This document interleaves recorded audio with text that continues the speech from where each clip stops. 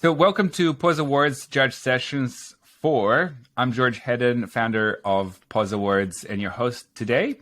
I'm speaking with Christina Gerakiteys, co-CEO of Wavia, Rupert de Paula, creative director of SEIKK. SEIKK. There you go. From New Zealand, Makenzie Thomas, program and community coordinator at MedTech Actuator. Thank you very much for joining me today. Thank you very much. Thanks for having us. Pleasure. Awesome. Well, this session is designed to be exciting, insightful, and dynamic, all jam-packed in 30 minutes. We're not going to go over that. So with that in mind, I would like to ask you to give us a little bit more information about what is that you do. Rupert. I'll go first. Okay. So SEIKK is a startup, and it's actually a company back in the UK that I got involved with. They they approached me, friend of a friend kind of thing. And basically, it's really an interesting idea. The one-line pitch is that it's a shoppable magazine, but really we're on that kind of like the cornerstone between sort of trying to bring together publishing and content and e-commerce to kind of put the kind of selling experience back into e-commerce, because we kind of think that, e-commerce is very transactional, but actually, traditional retail isn't just about transactions. It's about going to create, brand equity and values and experiences through lots of different sort of ways and channels and stuff. So that's what we're really at the sort of trying to push, is like, how can we sort of pioneer what we call experiential e-commerce, which is putting the adventure experience back into selling online. Fantastic. Oh, and I can jump in. So I'm Makenzie from MedTech Actuator, and I run programs and community here and look after all of our startups. MedTech Actuator is a biotech, medtech, and health tech startup accelerator that operates across Melbourne and Singapore and also Asia Pacific generally. And so we connect the healthcare ecosystem and help startups flourish in this space, particularly in the early stages. And so I work very closely with over 60 founders who are in our portfolio and run programs, run community, make sure that they're engaging and getting out there into investors and looking after them. Great. And I guess that leaves me, Christina. I'm an absolute innovation tragic, having into innovation before it was trendy and we used to have to bang our heads against a brick wall to make anybody listen. So we're very much involved with innovation strategies for organisations, absolutely in our sweet spot, working with startups, scale-ups. Love getting involved. We've been involved with Pause Fest for quite some time, now Pause Awards for quite some time. So it's very much how do we help Australia have a disproportionate impact on the world, but how do we help to elevate all startups that are going to have a huge impact on society? So, very much around social impact as well. So how do we help elevate startups? How do we make them with people where we can? And how do we make the world see how wonderful innovation in Australia is particularly? Yeah, Christina, you're doing great work there in social impact and also with Singularity Australia. Yeah, love it. It's just such an amazing time to be in this space. We're really really enjoying it. Not that means it's easy, no, but it's very rewarding. It's those challenges. Yeah, all three of you are coming from very different sort of, I guess, sides of the business and are, but very much connected with the business and commercial side of things. What do you think is the most important skill to have in business and why? I've got 4. Agility, being able to adapt. So agility, adaptability, speed, but also, so you need to be able to do all those things, in that fast-paced lane, if you like, that we're very much used to with COVID. But you also have to have the long-term goal. It's a bit of a juxtaposition, but if you can get that formula right, then it works. So anyone that just goes too fast and that overtakes in the fast lane potentially is heading for a fall. Not all the time, but it's that mix between let's get in the fast lane and let's do. It's almost the tortoise and the hare married, where we find the greatest success. Semi-magician. I love it. For me, obviously, I'm a creative, so obviously creativity is kind of my stock and trade. But actually, if I was because I used to run a design agency over here, who actually, I think our Australian office worked with you on Singularity U, but called Strategy. So I'm pretty sure we did the branding for Singularity U. Okay. Yes. So I actually think it's sort of perseverance, because there's a lot of challenges, but then enthusiasm. You've got to, particularly as the leader of the business, you need to be able to come in and sort of think like a bit of a goldfish, and just sort of be able to switch it all off and suddenly regain your enthusiasm for every single project, big or small, task. So as I say, it's that flip between perseverance and enthusiasm, which I think is so important. Yeah, and jumping on that as well, enthusiasm with all those operational tasks that you need to be doing every day to kind of get through the workload, and then also having another side of being 50% visionary as well, I think, or being able to look forward. I think we find with a lot of founders in our world is that either in a team structure, so they have 50%, half of the team is visionary and able to look forward, and one person is, the operational brains and really gets down into the details. So I think if you can have a bit of both of those in your skill set, that can really take you quite far. Yeah, fantastic. On that, we say innovation's everyone's business. So, it's exactly what you said, that whole team. Yeah. And what do you think defines the success? How does that sort of measure? What is it to you personally, or whether it's personally or for the business? How do you define that success?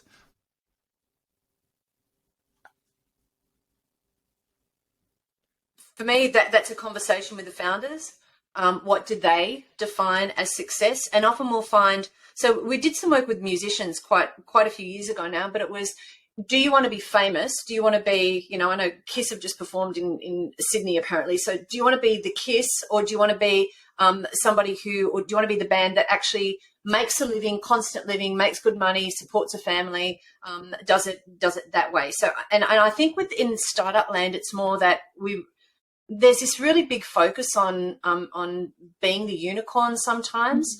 And I think a lot of the definitions of success potentially come from how many people are we impacting. We may not be a unicorn, but we are impacting 1 billion people. We've got a formula that we work with startups to say, how many people do you think you are impacting? How many people potentially will you impact? So I think it's very much dependent, George, on the culture of the organization, and very much needs to be defined by them. Do we want to make a really comfortable living and impact all these people? Do we want to go for unicorn status? If we go for unicorn status, then we can impact many more people. So it very much is that conversation for the people that we work with. Okay. And what is it, if I may ask one more question, what is it to you?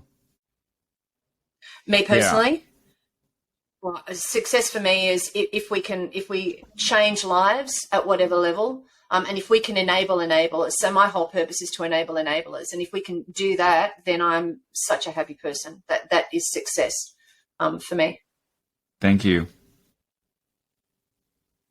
So for me, I guess selfishly, I like sort of creating work and being involved with projects that I actually find sort of rewarding and fulfilling for myself. I've always far more interested in, rewarding, creatively fulfilling projects than, necessarily making lots and lots of money, So I would always, find that to be the most, and obviously in business, there are kind of two types of job you have, some which are more for the business and some which are sort of more for the love. I always found those kind of for the love projects the most exciting, because that's when I really went, I'm actually hopefully out there changing the world in a positive way. And, for example, the most fulfilling job I ever did in my entire career was a pro bono job, and it was for a LGBT charity back in the UK called Stonewall. And it was an agency we worked with really, really well, but they didn't have any money. So they said, will you sort of come on pro bono just to sort of help sort of see what you can do? And the idea we came up with sort of was the one that got chosen, all this kind of stuff. And actually, we then sort of saw the slogan we'd come up with. We saw people walking around in Soho wearing it, and sort of, it got picked up on social media, and sort of, and it, like that for me was so much more rewarding than the big high paying sort of glamour jobs. So I think it's that sort of sense of personal fulfillment and, purposeful, that using creativity to create purposeful outcomes that I find as a business owner the most inspiring and rewarding. Yeah, I Brilliant. definitely agree with the personal fulfillment. I think it comes into kind of what's happening in your life at the moment and the season of your life. Are you looking for more balance? Are you looking for more fulfillment in terms of your work and making an impact? I think that changes throughout time. I think my notion of success has evolved. It used to be kind of getting through as much as possible and kind of ticking a lot of things off the list. And recently it's been more about finding a bit more balance and leaning more into the personal fulfillment in the particular role that I'm doing, not trying to do 1,000 things and just get all of these things, behind me in my career. So at the moment for me, it's balance, but then it comes in with what kind of role am I doing? And at MedTech Actuator, we're able to impact people through saving lives and improving healthcare systems. And so, yeah, that's a really big part of success, and it plays into, how do founders see success as well. So we really try to encourage them to think about that as a goal and something that is happening now, and then, 5 years or 10 years, and what do you want that to look like? Yeah, thank you. I really love this session with all of you. Very, very much people-driven people.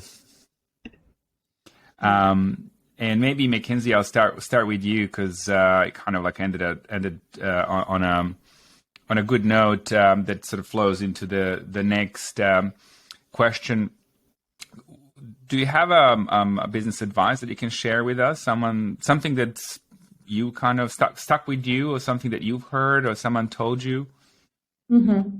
I was thinking about this when you sent over the questions, and I think I kind of touched a bit on it with the skills question. But for me, one of the best pieces of advice I've received is about teams and having the really hard conversations early.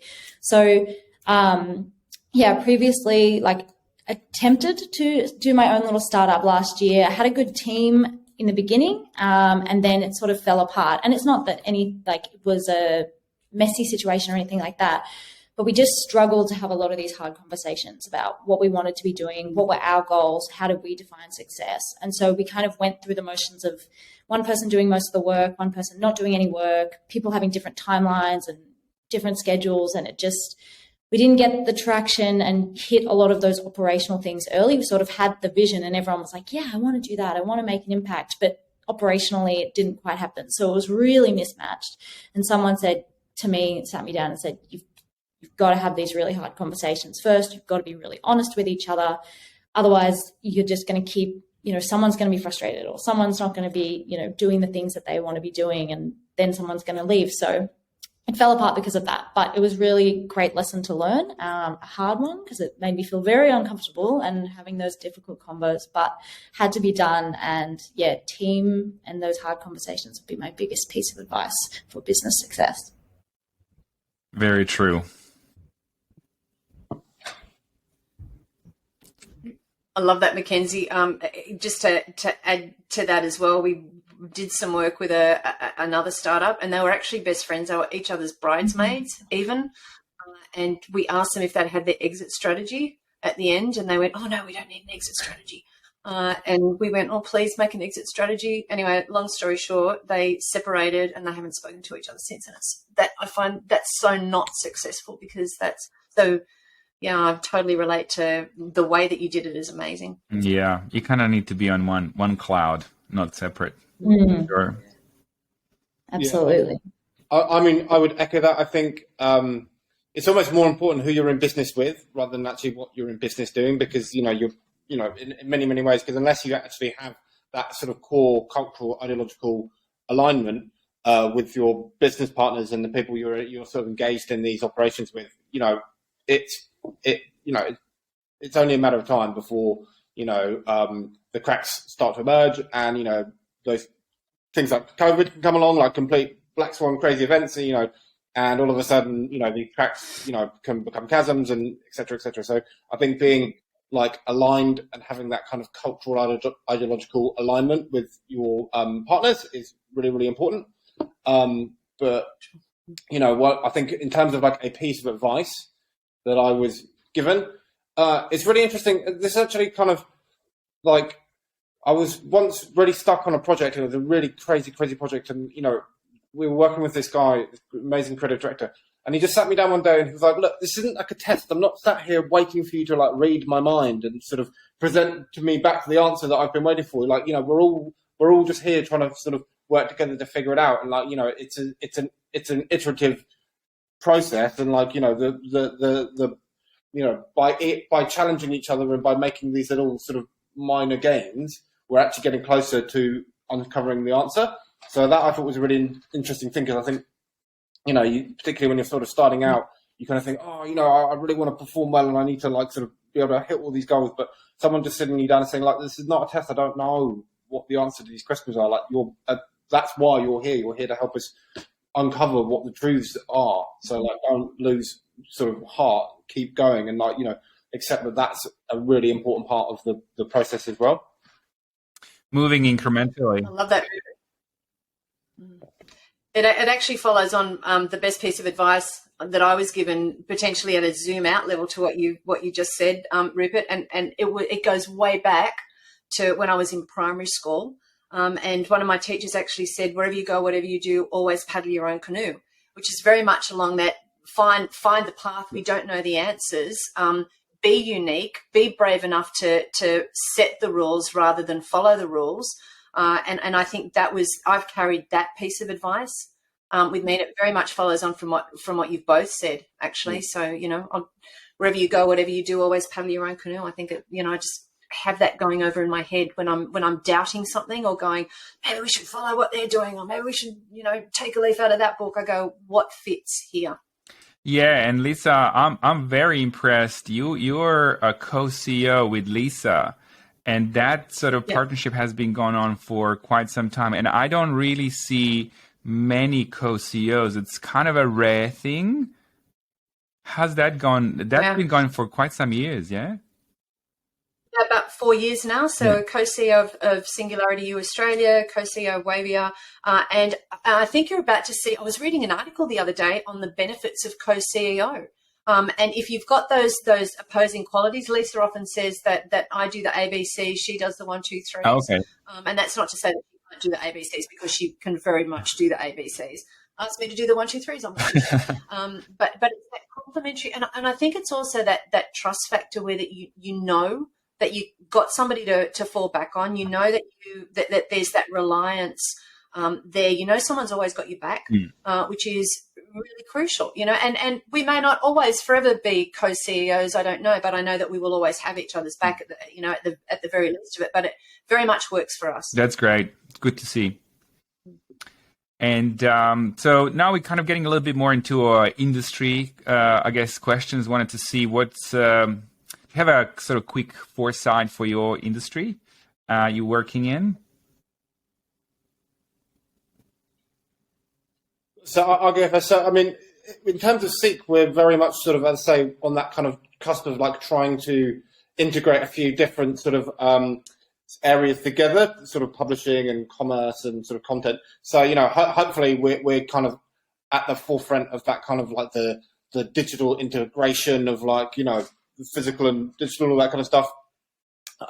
So, you know, that's very exciting. But in terms of like the creative industries, once again, I think it's just like Web3, like how are we going to actually start re-looking at the kind of digital integration of our lives and sort of the transition to the kind of decentralized web, and like, you know, all of the incredibly interesting challenges and creative opportunities that this will sort of uncover and sort of like, you know, entail. Do we have capacity to bring that into current world? Well, I think we're going to have to, if we like it or not. You know, I think that it's kind of like if Web2 was kind of like the socialization of the internet, now Web3 is about the individualization of it. And, you know, I look at my children and I kind of go, wow, like, you know, the world when, you know, in sort of 10 years time when they're, you know, creating social profiles for themselves, like the world they live in and the platforms they're going to be using are very, very, very different. And it really will be, it's almost going to be like they will be a brand from the moment they log on, and every single interaction they make online will be somehow monetized or quantified or, you know, qualified by some mechanism by which we're not quite sure how that's going to work yet. But like, I think like that's where, the whole Web3 thing at the moment, yeah, it's a bit, sort of the training wheels are still on and some of the mistakes being made, and, it's a little bit of a Wild West, but, eventually some people will find like incredibly innovative and the real heart of how this technology and innovation can be used to impact people's lives in a really sort of pointed and useful way. And then that will be what really springboards the next kind of wave of sort of digital titans that come along, utilizing that as the kind of fundamental building block of their offering. May I just say that this whole thing that you just spoke about was in 90s, the science fiction, and we just really wanted it back then.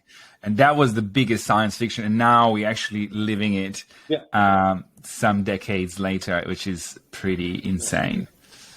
How about for you, Makenzie? Well, yeah, I think what Rupert was saying, like equally parts exciting and terrifying as well, in terms of your whole brand, potentially from the day you're on the internet being kind of documented. But it's really exciting in terms of the industry that I'm working in, so healthcare. I think what's really exciting, there's so much innovation in medicine and in healthcare that's going to improve lives and really help people to flourish around the world. And so everything from regenerative medicine right through to new medical devices, there's many different ways. What I'm personally really excited about is what's happening with femtech at the moment, and it has been happening for the past 5 or 6 years. We're really starting to see a lot of innovations come through with devices that are helping improve women's healthcare, childbirth, everything through that. And so it's a really exciting space, and I think something that investors are really excited about as well. It has that social impact and it's really having its time. So I'd keep an eye on that in terms of new innovations coming through that space that are really going to, change lives and contribute to gender equality as well. Thank you. And I guess we're in the industry of the great convergence, if I can say that, because we move from different industries. We'll work with executives from, across healthcare, insurance, property. At that level, we work with startups in all different industries. So I guess for me, it's bringing it all together. And I think you said something earlier, Rupert, that reminded me, it's all about connecting the dots. So in that way, it's the enablement of the enablers that connects different people and connects all the dots from all those different industries now, because there are I think somebody said it earlier, there's no such thing as a silo anymore. No. We all need to be working together. So at the same time, we talk about the age of the great convergence. We also talk about what you both just mentioned as well, hyper-personalization. So how do they all merge in and fit together? And they actually do. We all have our unique skill sets, and it's that convergence of those unique skill sets that create all the industries that are actually out there. So I'm not sure if I've answered your question, George, but that's what it's Sure. May I also kind of, whilst you sort of chatting, ask you what's 3 years from now, where you'd like to be? Where is it going to be in 3 years from now?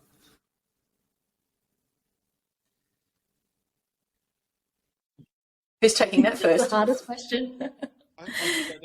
I think so. Once again, one of the kind of big things is the whole the metaverse, and I think people kind of misconstrue the idea of the metaverse is going to be like the Matrix or like Snow Crash, and we're all going to be coexisting in this kind of big digital playground that we've invented for ourselves. I don't think it's going to be there, but what I think there will be siloed digital experiences from which you, as an entity, sort of interact with yourself being the sort of consistent, sort of thing there. So, digital consumables, for example, like your avatar, whatever it may be, whether you're going into a sort of digital shopping mall that's been created, or you're going to a sort of a digital music festival, or you're using your sort of NFTs to go pay your power bill or whatever it is, you will have some sort of chain of digital consumables that follow your avatar around or follow you around, that are the kind of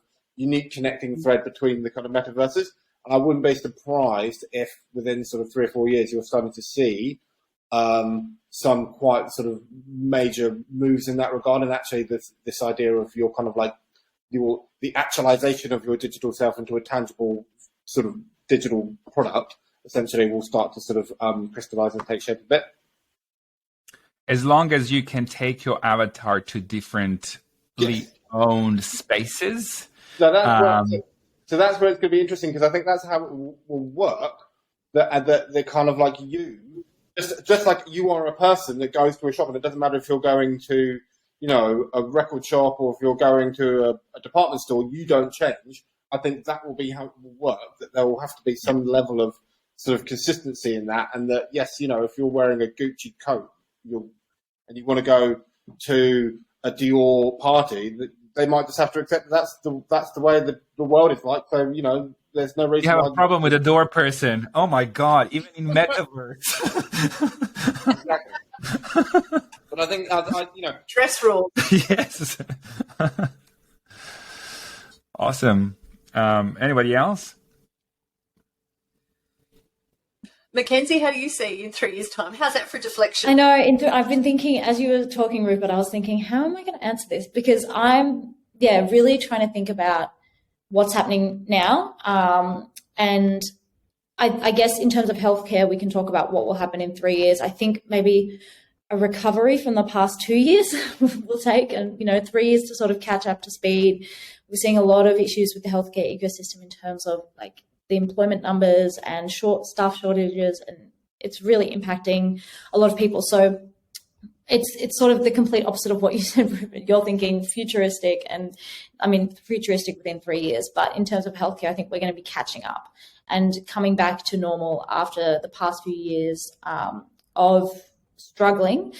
But at the same time, there's a lot of space for innovation, within that struggle that has happened and the downtime that we had during COVID. And so the innovation that's coming out now is really going to be, we're seeing a lot of moves in personalized healthcare and this really individualized focus on,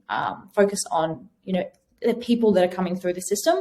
But then also in things that will actually improve the lives of clinicians, of nurses, of people who operate and set up the hospital and healthcare ecosystem. So we'll see, hopefully, improvements in those spaces that, operational efficiencies can help, people spend less time in hospitals, or people get through the system quicker, better booking systems. So a lot of, I think, coming back to the basics in terms of healthcare and improving, rather than just taking the whole system online and, putting paper online, it's actually going to be coming what is at the core of what the system needs, and how do we improve that at a very granular level so that the system can become integrated with a lot of the technologies that we're seeing in terms of like Web3 and many other things.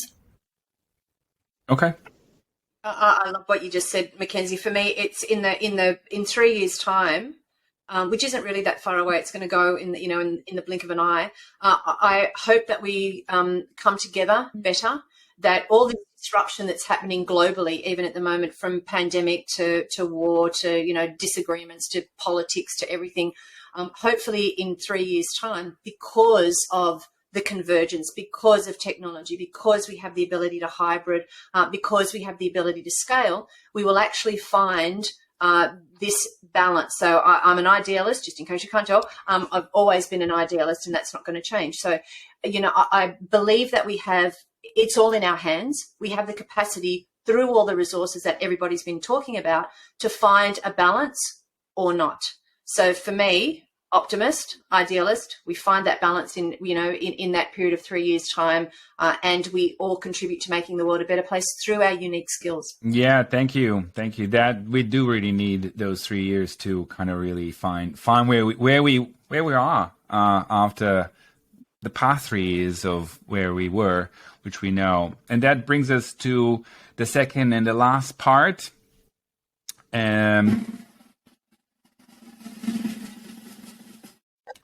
I got a little bit of help from Sam Sounds. Quick fire questions. What is your favorite smart home device if you own one? I don't own any. Okay. I don't have any. My watch, does that count? No. Yeah, watch. That's good. My watch. Okay. I mean, my phone and my laptop. I don't have an Alexa or anything like that. Okay, so you don't have it. Okay, that's fine. Are you a whiskey drinker? I have been known Whiskey sours. in the past. I'm recently whiskey sours, Makenzie. Recently. Good. What's your favorite routine before bedtime, if you have one? So Read a book. Journaling. I've been trying to read again. It's really crazy. Like, I just thought, like, I used to read so much, and I've oh man. So like, I've just been actually trying to put the phone down and actually just sort of pick up a book again before bed. And I've actually been sleeping a lot better, I think. So like, Nice. How many fuck ups in business have you had? cool. Too many? How long have you got? Okay. I've made it. I've done a few things I regret, but then, through self-reflection, I think these things are all part of the kind of positive sort of affirmation of life. Cool. Where do you get your news from? People. Lots of I think. places. Yeah. Rupert? The Guardian, normally. Okay, good. And the final one, I wanted to ask you, what does hybrid work mean for you? Sort of as quickly as you can. I think balance for me, in terms of managing, feeling like I have a work-life balance, and that my life isn't work and work isn't my life.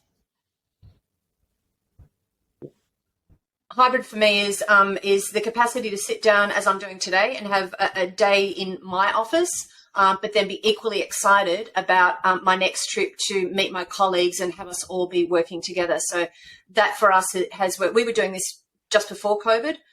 So we closed the office down just before COVID hit. And we had intended to have a regular meeting, and clearly that all went pear-shaped. But since we've been able to work from home, do the freedom thing that you're talking about, Makenzie, be able to structure and have the balance, but then be equally as excited when we get into that room together. That's hybrid for me. So I agree. I think there's an incredible benefits in working from home, and particularly now I'm sort of more consulting and sort of actually, essentially SEIKK is based in the UK, so a lot of my stuff is sort of all online anyway. I'm actually a lot more productive at home when I can just sort of get on with stuff as I need to do so. I appreciate though that when in that kind of more creative industry thing, when you're sort of collaborating with designers and copywriters and bouncing ideas, having everyone in one place is incredibly beneficial, because it just means you can shortcut a lot of stuff, and you can talk about half-formed thoughts. You don't have to, there aren't so many barriers to communication. So I think sort of echoing that, there's incredible benefits to being able to have your own space and be able to sort of be a lot more focused on what you're actually getting on with, but then being able to get together and actually then sort of widen the net and brainstorm and sort of bounce ideas off people is also incredibly important and actually really beneficial towards the work too. Thank you so much. This is pretty much the end of it. Thank you. Thank you, and have a great week. This was a pleasure to have you, and definitely pleasure to have you part of PAUSE 2022, judging, which will start in kind of like 8 weeks, 2 months, that stuff. So there's still time. Thank you so much, and we'll speak again. Thank you very much. Thanks, George. Thank you.